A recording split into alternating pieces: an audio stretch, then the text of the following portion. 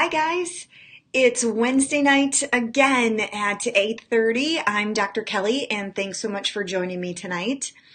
I want to welcome you. I appreciate each one of you who join me every single week and share my message, share the things that we talk about, because you know if it's a question that you've had or if it's a question that you've gotten answers to, that you want to be able to share that with others, because every time one person has a question, there's multiple people with that same question. So please feel free to share and to like.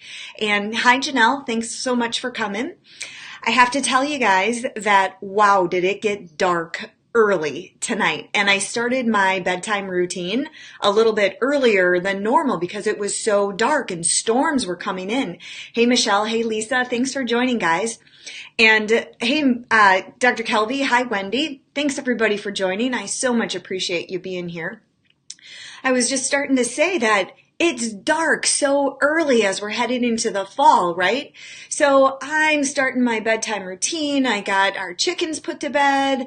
I'm in the bathroom. I'm ready to wash my face. I'm changing my clothes and I'm like, oh man, I still got to go on Facebook Live. I can't wash my face yet. And I got all out of sorts. It was only like 6:30, 7 o'clock and I felt like it was already 9 o'clock.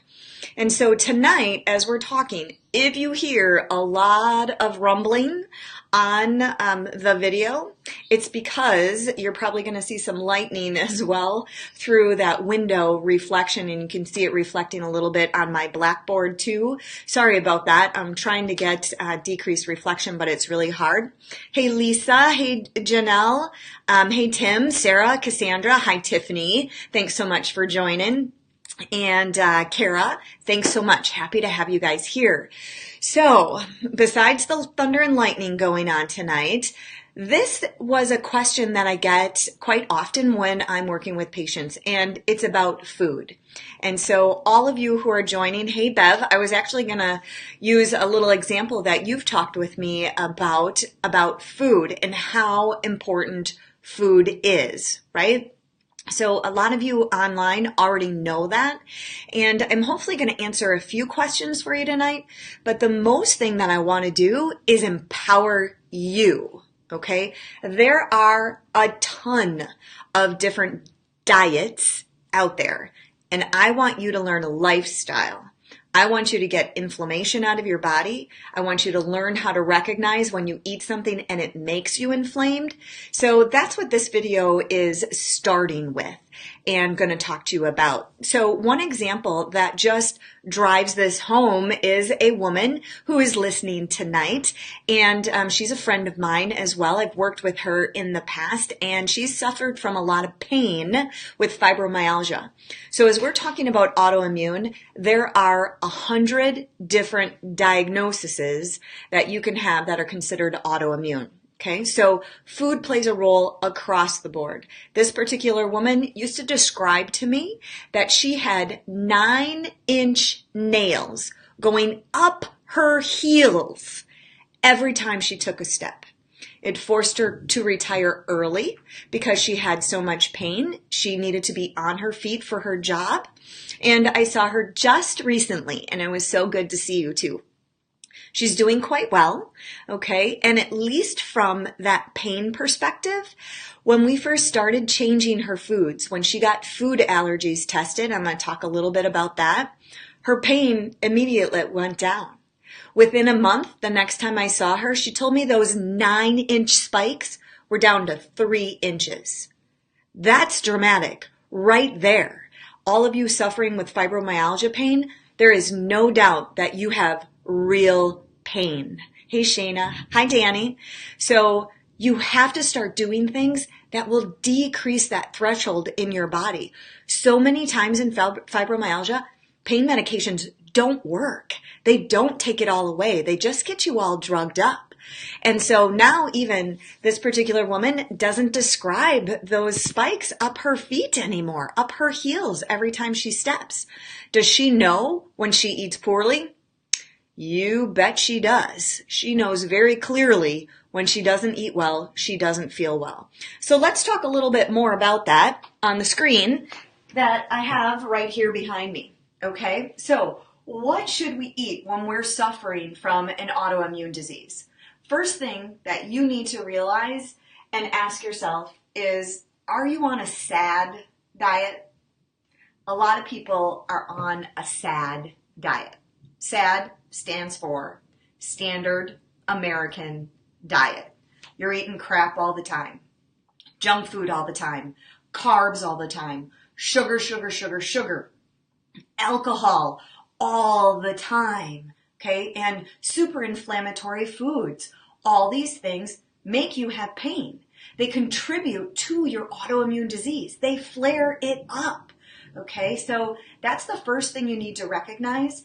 If you're having problems, if you can't get your autoimmune condition under control, if you have a lot of pain, I guarantee your food is playing a role in it, okay? So where should you start? What should you do? I'm going to throw out a bunch of different examples, but then you need to work either with a doctor who can help you to figure out exactly what you need to do. What exactly works best for you is going to be decided over time. I'm going to give you some absolutes tonight, like, other side, no gluten, okay? If you have autoimmune disease, if you have thyroid autoimmune, gluten will drive up your antibodies. If you have fibromyalgia, gluten will make your pain worse. If you have RA, gluten will make your pain worse. It also causes gut permeability, so a leaky gut. Gut's supposed to be tight like this. Actually, your gut is just like the tissue on your arm. Your skin is the same kind of tissue. It keeps the outside world from getting inside your blood. Same thing on the inside. Gluten also has a problem with molecular mimicry, and I'm sure you've heard a little bit about that as well. So that's a no-no all the time, not some of the time. Not, I gave up gluten for a week and I couldn't tell the difference, because it's keeping you inflamed a lot longer than a week. You have to do it longer. And even in that example that I gave you right when we started, it took her a month and her pain went from here to here. Okay, it wasn't 100% gone, but she could feel the difference. And then when she doesn't eat well, it reinforces that the food is the problem causing the pain. Not a lack of medication, not a lack of a supplement, not because of some other reason, but the food is playing a critical role. So I want to make sure that you really understand that. Gluten absolutely has to get out. The next other major important thing that's going to be a layer on top of some of these other things I'm talking about are food allergies. Food allergies trigger your immune system. They make you inflamed. So, autoimmune. It's an immune system problem, right? You need to do everything you can to stop triggering the immune system. So we're going to talk about your gut a lot. We're going to talk about your immune system as a whole. Food allergies play a role in that immune system trigger. All these things are really super important. Now, I'd like to take you back before I got to this side of the medical system, right? I used to be in, I'm a nurse practitioner, so I worked in the medical world for 25 years already, and I wasn't always thinking as holistically as I do today. But I was having issues with my rheumatoid arthritis. My thyroid was well controlled. In fact, my RA was well controlled on medications. But it wasn't until I took my health into my own hands and started to make some changes of my own, specifically I started with food, that my body started to change. And that's what allowed me to get off of medications for my RA. What I was on for RA was immunosuppressive. Okay, it was squashing my immune system. That makes no sense to me. Your immune system is so complex. There are so many different areas of it, so many different responses of it. How can we take that generalized approach to autoimmune disease and just squash it? Stop making it act wrong. There are triggers. Do not ever believe that autoimmune disease is just your body attacking itself, because it's not. There's a reason your body is attacking something. And those are the things that we need to find out and get rid of, because then your body will stop attacking it. I hope that makes sense. So where I started was right up over here in the green. This was me, okay? Years and years and years ago. I read a book that told me to take charge of my autoimmune condition, I needed to give up corn, soy, gluten, and dairy. So I asked my husband, you want to do this with me? It's always easier when somebody does it with you because those 4 things are huge. If you have ever truly cut out soy, it's in everything, okay? Dairy too. And of course, everybody who's starting to give up gluten says, oh, it's so hard. It's in everything. I can't do it. Those 4 things are in so many things. But you know what it forces you to do? Change. And change is good. Change was really good. Within 2 weeks, my husband's asthma was gone. Yeah, no joke. Completely gone. He stopped all of his medications and he was on 3. He was on a steroid inhaler twice a day. He was on a rescue inhaler and he was also on Singular to stop bronchospasm, right? 3 things so he could be controlled, and he still never felt like he could take a deep breath. Asthma is considered autoimmune sometimes too. Within 2 weeks, he stopped taking all of those medications and he's never taken them since. That's amazing. And that's the story that started to change our story and made me say, I gotta do this for other people. I gotta help other people. This is crazy. I can't believe we worked so hard to get you on those medications, to get them on the right doses, to get you controlled. Disease management is what healthcare does today. And it was working in their view. It was working just fine. But it's a world of difference how he felt when he changed those foods. He said to me, he's like, I can breathe. He never used to be able to lay on his side more than 2 seconds. Lay on his side in bed. He'd lay over there and then he'd go right back to his back because he couldn't take a deep breath. Now he can. He doesn't have to roll back over. Now, in 2 weeks' time, could I feel the difference? No, I couldn't. I was on an immunosuppressive drugs. I took ibuprofen 3 times a day to be controlled with my RA. So after about a month, I was still too scared to say, I don't know if this is working. In about 2 months, I noticed something. We were sticking with this. We were doing it religiously, super strict, and doing it to a T. Do I do that to a T now? No, I don't actually. But I've got my autoimmune conditions way under control, and I know what I can and I cannot do that make me flare. I'm not allergic, or I still stay away from the things that I'm allergic to. But to begin, those were great changes for me and for my husband. After 2 months of doing that, I noticed that I wasn't taking ibuprofen. It was like my aha moment to say, oh, did I even take ibuprofen today? I can't remember. So, and it was an automatic trigger that I ache, I hurt all the time, I sat too much, I stood too much, I need some ibuprofen. And I wasn't taking it anymore. That was the clue. My food was making a humongous difference. And then I was able to wean off my immunosuppressive medication. Okay? So that's one example. Does that mean it's perfect for everybody? Of course not.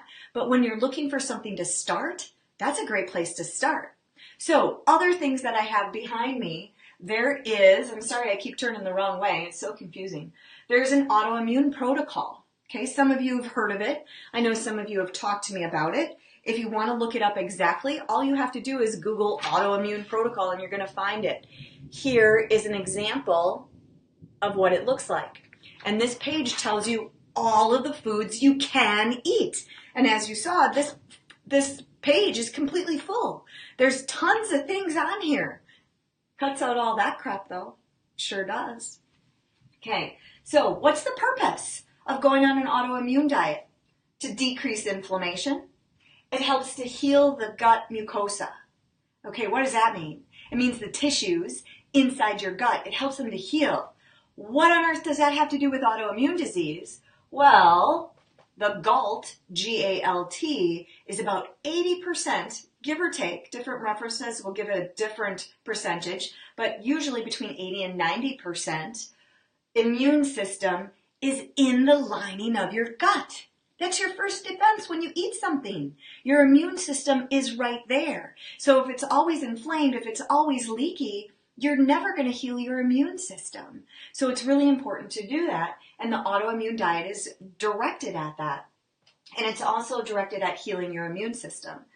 But as I started to say in the beginning, you may need more.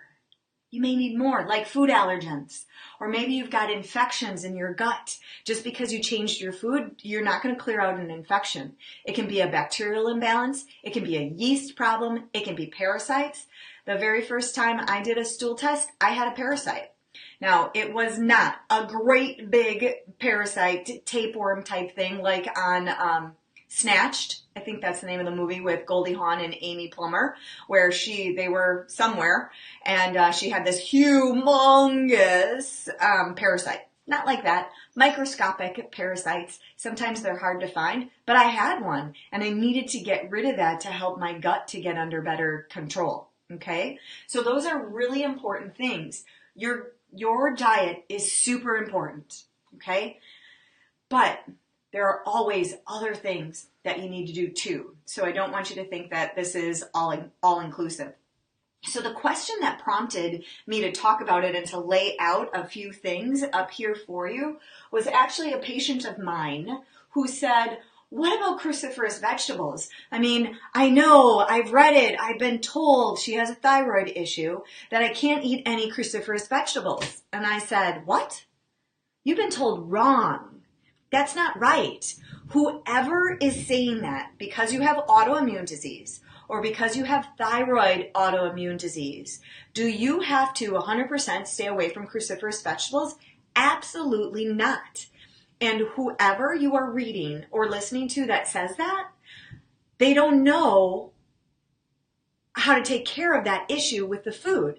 They took one idea and they extrapolated it and said that that crosses everything, and that's not true. Raw cruciferous vegetables are goitrogens. Okay, they're called goitrogens because what's the biggest issue with thyroid? The first symptom or the most classic symptom is getting a goiter. Okay, so if you eat a lot of raw goitrogens, you have the potential to get a goiter, which just means they can interfere with the function of your thyroid gland. But that's when they're raw. If you slightly cook or steam and you don't eat a mound of it, they're not going to cause you a problem at all. Okay? Because steaming those vegetables breaks down those goitrogen properties, and then they're a non-issue. Your body can digest them. It's no longer a problem. And that's actually really important to understand.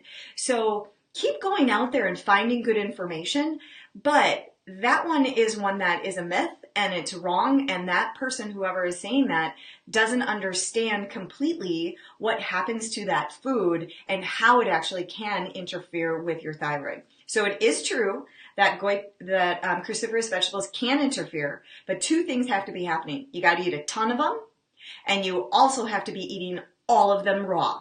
And then, yeah, it's going to cause you a problem. I hope that makes sense, okay? So, autoimmune diet. Let's step over here to a paleo diet, which is actually really similar, or then a paleo autoimmune diet. What's the purpose here? To heal the gut. Restore the gut microorganisms. Okay, get balance with that bacteria. Decrease inflammation. Regulate the immune system. Again, 80% of the immune system is in the gut. Let's see, what else does it say here? When you're following a paleo diet, it's not just no gluten, it's no grains. No grains at all. Guess what? Rice is included in that. Corn is in that. Oatmeal is in that. The less offensive grains are still considered not okay on a paleo diet, okay? No legumes, okay? No dairy, no refined sugar, no modern vegetable oils, and no processed food chemicals. That's actually really good advice right there. If you do an autoimmune paleo, you can also not have any eggs, nuts, seeds, which include cacao, which is chocolate, and coffee in the seeds category. Ugh. Okay. Nightshades, fructose, alcohol, NSAIDs, which are like ibuprofen and Aleve, non-nutrient sweeteners, okay, even stevia included, emulsifiers, thickeners, and other food additives. Okay, now when I read all of that, most of you, myself included, are going, oh my God, there's no way you can ever do that. Of course there are people who can do that, but that's a whole heck of a lot and really overwhelming. Okay, you should see the people, how they react when they have 10 food allergies. They are just, beside themselves. How am I ever going to avoid that? This super, super, super limiting. Okay, does it do what it's supposed to do? Yeah, it does. It really does. So it's not that it's bad advice by any means. It's just super restrictive and super hard to keep to. But especially if you're in a really bad spot, if you are just out of control with your autoimmune disease and you need something to smack you in shape, go on it, because it's going to start things to change. Okay, and that's probably exactly what you need. Now, if the two main diet types that I've told you here are way too overwhelming, we'll go back to those 4 things: corn, soy, gluten, and dairy. It's still a ton, okay? And you probably need more. Your gut to be looked at, food allergies to be looked at.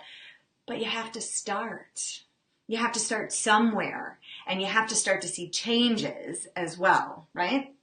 So, a couple other diets that I wanted to reference, but not necessarily talk a bunch about. The Bulletproof Diet. Some of you may have heard of Bulletproof with David Asprey. I think he puts out a lot of great material. He talks a lot about medium chain triglycerides, MCT oils, which are great. And he's also developed a food plan, the Bulletproof Diet. It's pretty darn good when I've looked at it. Do I agree with everything he says on there 100%? No, I don't. There are things on there that I would say, nope, I think that's okay. I think that's okay. But again, it's a great guideline. No matter what lifestyle change with one of these diets you decide to do, it's going to change your health. It's going to help. And then you need to refine it. You need to get better at it. You need to do more. You need to work with somebody to help you do a really good job. Okay? A FODMAP diet. FODMAP. What on earth is that? Well, let me tell you. I'm going to read it because FODMAPs are carbohydrates or sugars, right, that are found in foods. FODMAPs include things like fructose, which is the sugar found in fruit, honey, high fructose corn syrup. If you have not cut out high fructose corn syrup, you need to eliminate that out of your diet immediately, okay? It also includes lactose, the sugar in dairy, fructans, which are in wheat, onions, and garlic, galactans, which are in beans, lentils, legumes, and soy, and then polyols, which are sweeteners like sorbitol, mannitol, xylitol, maltitol, stone fruits such as avocados, apricots, cherries, nectarines. Okay, so some of you I know are familiar with a FODMAP diet, and oftentimes they'll get referred to do that because no matter what they eat, they feel like they bloat. And I bloat, and it doesn't matter. I got restrictive, and I still bloat, and that causes them a problem. That's the biggest one that I hear about as far as symptoms.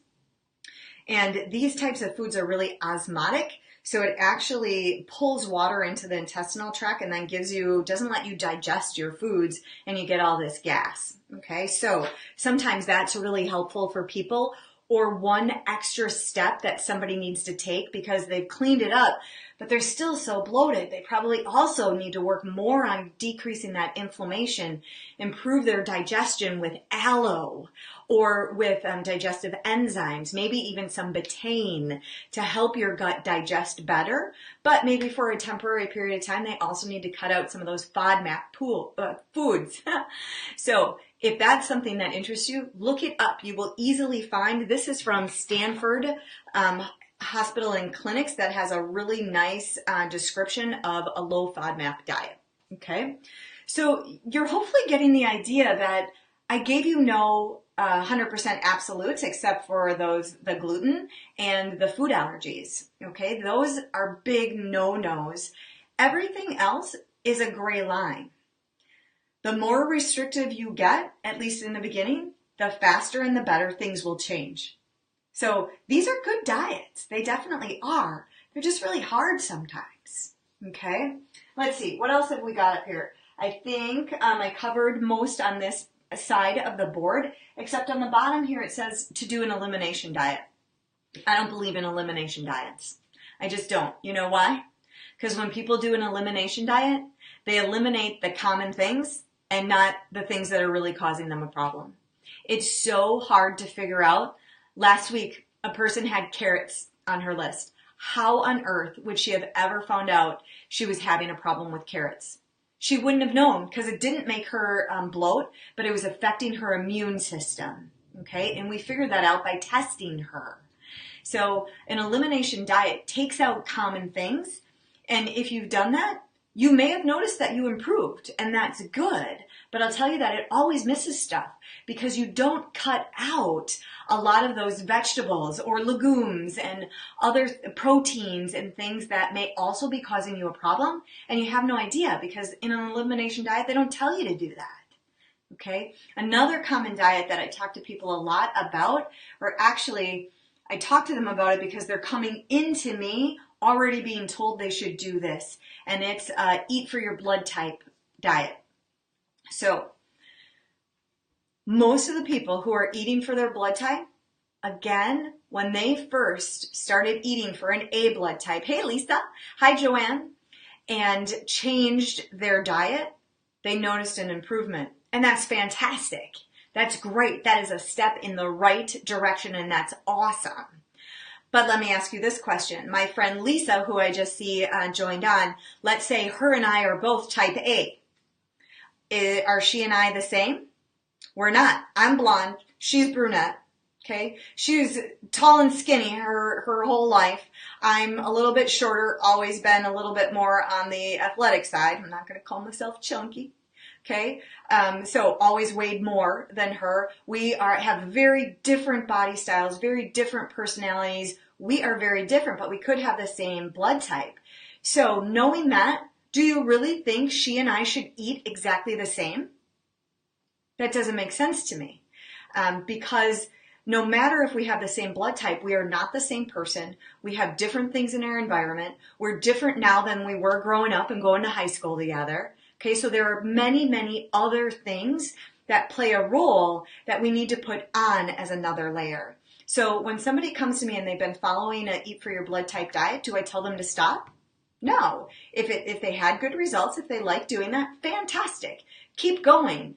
But we need to do a little bit more. Now we want to put a more personal layer on top, and we'll do that by testing those food allergies, okay? That adds one layer on top of their Eat for Your Blood Type diet, and then the next thing after that is getting them to eat even cleaner. And my personal preference is I do those things in a stepwise fashion with people. One little step up and a little step over, and a step up and a little step over. So it makes it doable, okay? So you start somewhere. Fantastic. Good job. You gotta start. And then another, I was laughing with somebody just this week as well because I said, you know what? I feel like, did you ever see that show, Taxi Cab Confessions? Because the last 2 weeks, every woman who's been coming into my office has just been confessing about all the things she didn't do and she knows she should have. And I was asking this woman a question about, okay, are you doing this? How are you eating? And she's like, well, okay, no, I'm not. I'm like, this is totally true confessions, and that's awesome. Now, I also had somebody apologize to me for being a really bad patient. And I said, you know what? You don't have to apologize to me because you're not hurting me. I'm here to guide you. I said, you need to apologize to yourself, okay? Because it's you that you're hurting when you know you didn't want to do that and you did it anyway, okay? So it's all on you. It's up to you. You're in control of what you put into your body, okay? All right, let's see. What else have we got up here so we can wrap things up tonight a little bit? I really want to stress that these things are lifestyle changes. You can start small, build up on that, and you will do amazing. You can start humongous and big if you can handle that, and things will start to change immediately. Just know food plays a great big role, but there are times you need to do other things too, okay? So it is not the one catch-all to catch everything. Okay, let's see. I did talk about all that. We talked about gut permeability, and yeah, I guess we've talked about it all. So if you're eating a SAD diet, okay, let me come a little closer. What's a SAD diet again? SAD diet is the standard American diet. You know, I saw another person this week who I hadn't seen for a year. And she and her boyfriend like to go out a lot. And they've gotten into this groove of going to microbreweries. They actually really like it. It's fun. They like testing all of the different beers. And so what does beer have in it? A lot of yeast, a lot of gluten. And what was the other thing she was doing? Oh, just going out to eat a lot. So she doesn't eat bread or too many grains at home. She eats a lot of it when she goes out. Her and her boyfriend going out every weekend, going to microbreweries, drinking beer all weekend long. How good do you think she's feeling? Not so good. That's why she came back in. She's feeling horrible. She's feeling so bloated and so fatigued and just having a huge problem. And she's still in her 20s, I want to say. Okay, so we talked a lot about, I think it's time for you and your boyfriend to find a new hobby. And not that microbreweries aren't great and fantastic, and they are, but they're making her sick. She's got to stop drinking them, okay? So get off that SAD diet. It's hurting you. If you want to be healthy, if you want to take charge of your health and have less pain, have more energy, whatever it is that's ailing you with your autoimmune disease, if you want to get your thyroid antibodies down, you've got to change your diet. Okay, so I hope I answered a bunch of questions for you guys. I'll take just a couple of minutes. It looks like it's 9 o'clock already. I try to keep it to about 30 minutes. Don't forget to share. I love it when you guys share. Ask me questions. Tell me what else you want to talk about. I was actually thinking maybe one time at 8:30 we'll just do chat. You know, I won't have like a whole topic to talk about, but I'm going to say, what do you want to ask me? What can I answer for you? What's going on in your life right now? Oh, excuse me, and we can just have conversations. We'll try that sometime. Okay, Wheezy, I really don't understand how you can cut out dairy. Oh my God, Wheezy, it's easy to cut out dairy. It really is. You can do it. It is in a lot of things. And when it's added into those things, oh my gosh, everything just scrolled up. I have no idea where your message just went. You may love those foods, the milk, the butter. I grew up on a dairy farm, honey. You didn't. You live in Texas, right? But I grew up on a dairy farm. And you know what? She's a family member of mine. You know, I didn't even have to convince my dad to give up gluten and to give up milk. Because when he saw that I had changed and Tim and I had changed and how much healthier we were at that point, he's like, oh, he thought it was pretty darn interesting. He was a dairy farmer his whole darn life. And do you know how many people in Wisconsin tell me they can't give up dairy because they live in Wisconsin? That's a bunch of crap. That's just an excuse. It's an excuse. You can do it if you want to do it. Do I have absolutely 100% dairy out of my diet right now? No, I don't. I will use a little bit of organic butter for some things. And then most often the only other time is if when I make a lasagna, I'll get an organic ricotta to put in there. Or we'll use some organic cheese in an omelet. But it's really very, very limited. And for a long period of time, I cut it out 100%. So I am years away from where I was before when I needed to cut it out 100%. And now I very limitedly add it back in, and it's always organic because it's going to be much less inflammatory. So I found out, yeah, haha, the daughter of a dairy farmer, what I can do, and I don't push those limits. Okay, hi Ivory, hi Joanne, hey Erin, hi Missy. Glad you guys are all here. Is goat milk okay? Great question, Jennifer.